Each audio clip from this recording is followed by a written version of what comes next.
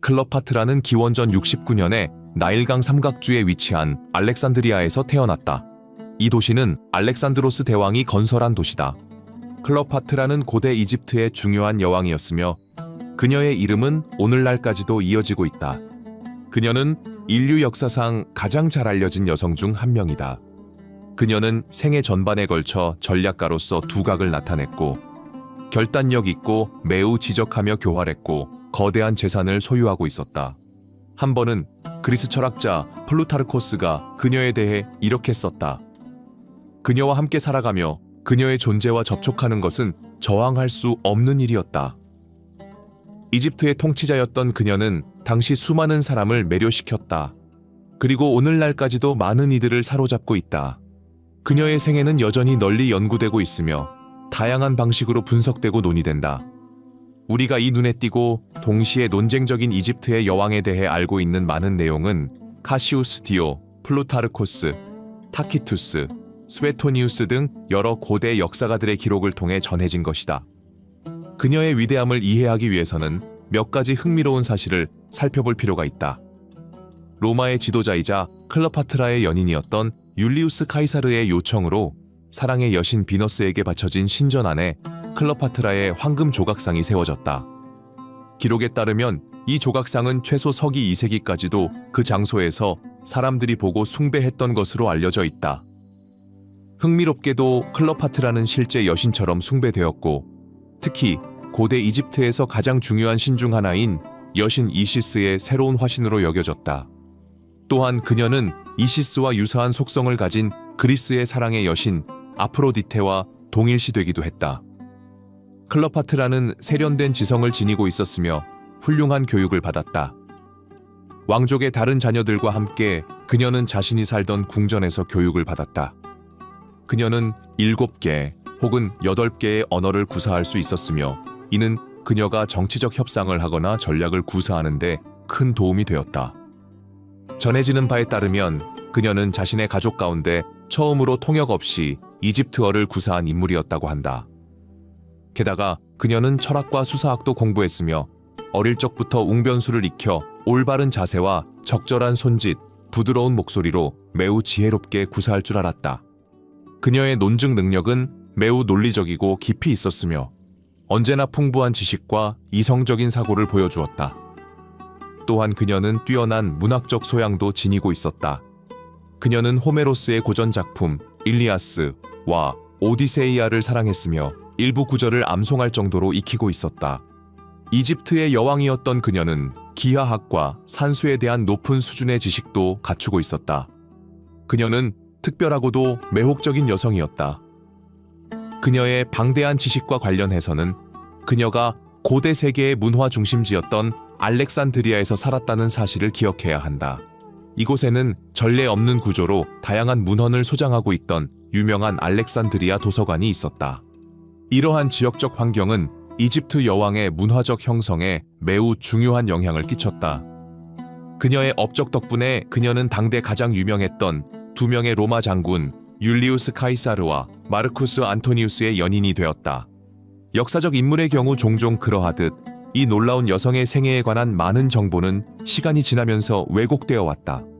오늘날 우리는 클레오파트라의 이미지가 다양한 물건에 새겨진 것을 볼 수 있으며 그녀의 이름은 많은 이들이 알고 있지만 실제 그녀가 어떤 인물이었는지를 아는 사람은 그리 많지 않다.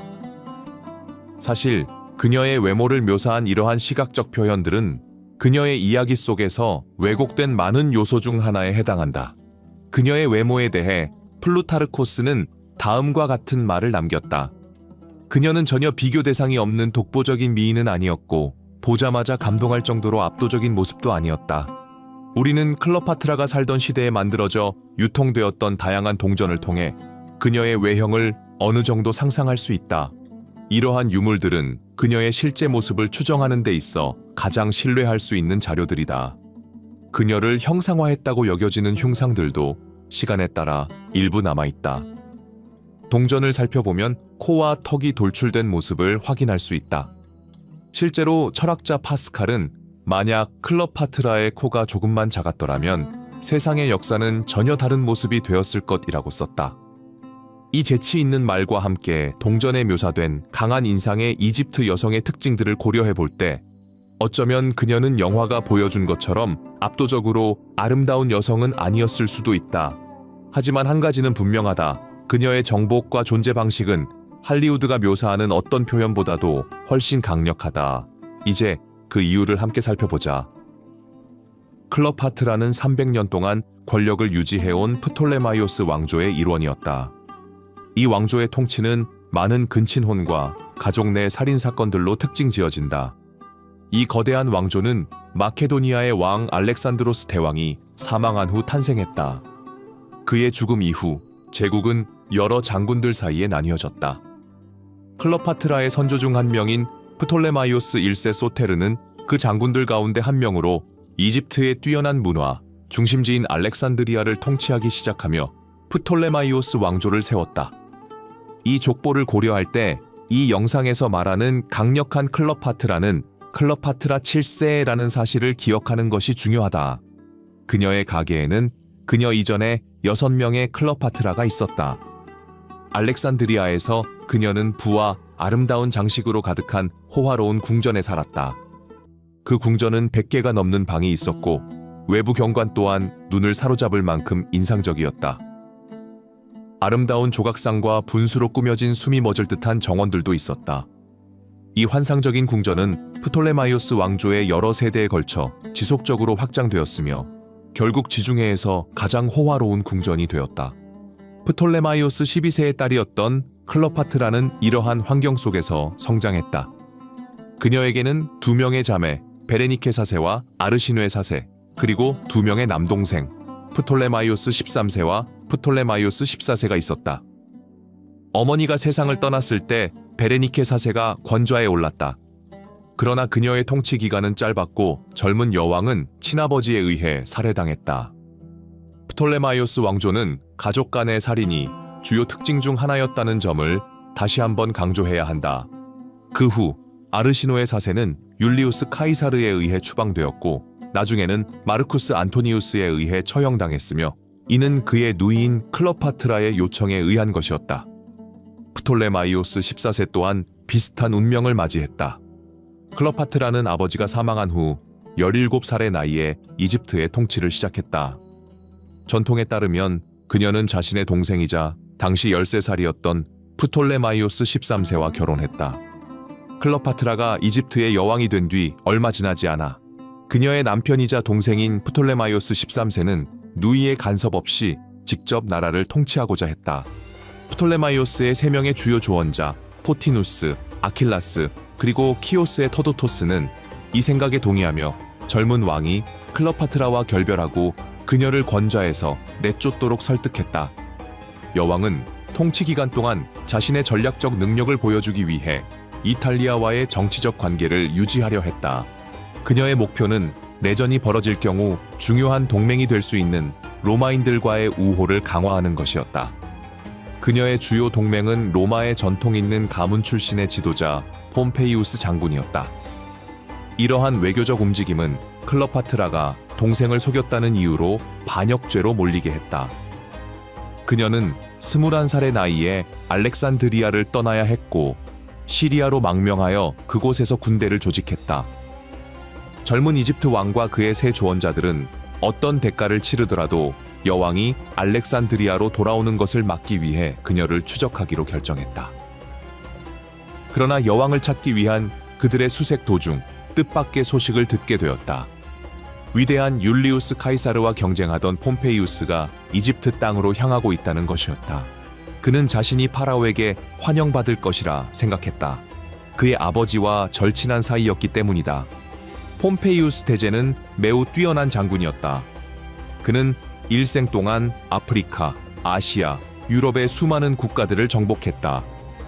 그러나 그리스에서 카이사르에게 치명적인 패배를 당한 후 두려움에 빠진 그는 피난처를 찾아 이집트로 도망쳤다. 이 사건으로 인해 로마 제국은 폼페이우스와 율리우스 카이사르 사이로 분열되었고 이 갈등은 카이사르 내전으로 알려지게 되었다. 폼페이우스가 이집트에 상륙하려 한다는 소식을 들은 이집트 측 인사들은 고민에 빠졌다. 오래된 친구 폼페이우스를 돕는 것은 위험한 일일 수 있었기 때문이다. 그것은 강력한 전쟁 기계를 지휘하고 있는 카이사르에게 전쟁을 선포하는 행위로 해석될 수 있었다. 게다가 프톨레마이오스와 그의 동맹들은 폼페이우스가 클레오파트라가 왕위에 복귀하는 것을 도울 수도 있다고 생각했다. 이는 피해야 할 사태였다. 하지만 폼페이우스는 이집트를 통치하던 남매의 아버지와 막역한 친구였다. 그래서 만약 그를 돕지 않는다면 그는 이집트와의 관계를 끊고 로마의 이집트를 적으로 만들 수 있었다. 이에 대해 터도토스와 또 다른 두 조언자 아킬라스와 포티누스는 신중히 논의했다. 그것은 어려운 결정이었고 그 결과는 매우 위험할 수도 있었다. 결국 세 조언자들이 해법을 모색하던 중 터도토스는 미소를 지으며 동료들을 바라보며 이렇게 말했다. 죽은 자는 묽지 않는다. 결정은 내려졌다. 폼페이우스와의 관계를 끊고 율리우스 카이사르와 동맹을 맺는 쪽으로 말이다. 폼페이우스가 알렉산드리아에 접근했을 때 그는 이집트인들에게 환영받을 것이라 확신했다. 하지만 그를 환대하는 척하는 함정이 이미 준비되어 있었다. 폼페이우스가 이집트 땅에 발을 디디자마자 그는 잔인하게 목이 잘렸다. 며칠 후 율리우스 카이사르가 적을 찾기 위해 알렉산드리아에 도착했다. 이집트인들은 그에게 폼페이우스의 잘린 머리를 보여주었고 카이사르는 그 잔혹함에 충격을 받았다. 비록 폼페이우스는 적이었지만 카이사르는 그를 존경했다. 카이사르는 프톨레마이오스의 조언자에게 처형을 명령했다. 카이사르는 군대를 이끌고 왕궁으로 향했고 그곳에 머무르며 왕과 여왕을 만나고 싶다는 의사를 밝혔다. 여기서 중요한 점은 프톨레마이오스 13세가 누이의 군대와 맞설 준비를 하고 있었다는 것이다.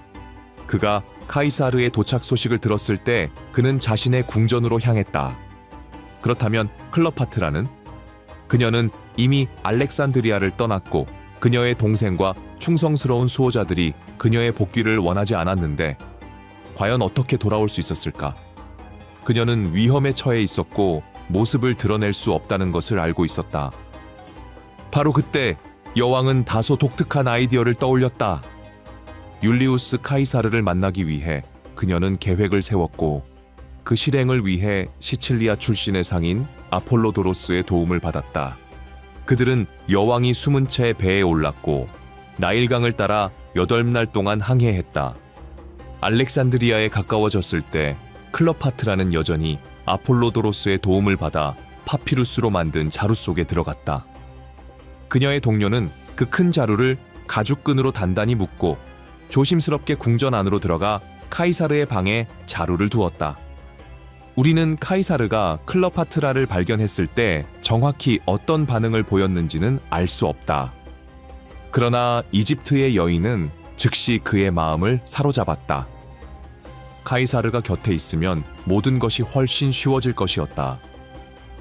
그녀에게는 마침내 동생을 제거하고 자신의 뜻대로 나라를 다스릴 수 있는 기회가 찾아온 것이다. 폼페이우스의 암살 이후 카이사르는 프톨레마이오스에 대해 매우 부정적인 인상을 갖게 되었다. 클레오파트라는 이 전 동맹자의 죽음을 자신의 이익으로 이용했다. 그녀는 카이사르를 설득하여 자신이 이집트 왕위에 오를 적임자임을 납득시켰다. 이집트의 여왕과 율리우스 카이사르는 사랑에 빠졌다. 카이사르가 클레오파트라를 지지하기로 한 결정은 프톨레마이오스를 분노하게 했고 그는 카이사르에게 전쟁을 선포했다. 로마의 장군은 병력면에서 열세였고 방어적인 자세를 취했다. 이 사건은 훗날 알렉산드리아 포위전으로 알려지게 된다. 카이사르와 그의 병사들은 그들의 위치를 사수하기 위해 치열하게 싸웠고 증원군이 도착하길 기다렸다. 그의 동맹군이 도착했을 때 카이사르는 나일강 전투에서 프톨레마이오스의 군대를 물리쳤다. 젊은 파라오는 강물에 빠져 익사했다. 카이사르와 함께한 클레오파트라는 아들을 낳았고 그 이름은 프톨레마이오스 카이사르, 흔히 카이사리온이라 불렸다. 카이사르의 지원은 클레오파트라가 이집트에서 권력을 확고히 하는데 결정적인 역할을 했다. 로마의 장군은 로마로 돌아갔고 클레오파트라는 이집트를 통치하게 되었다. 모든 것이 계획대로 진행되는 듯 했지만 곧 엄청난 전환점이 닥쳐오게 된다.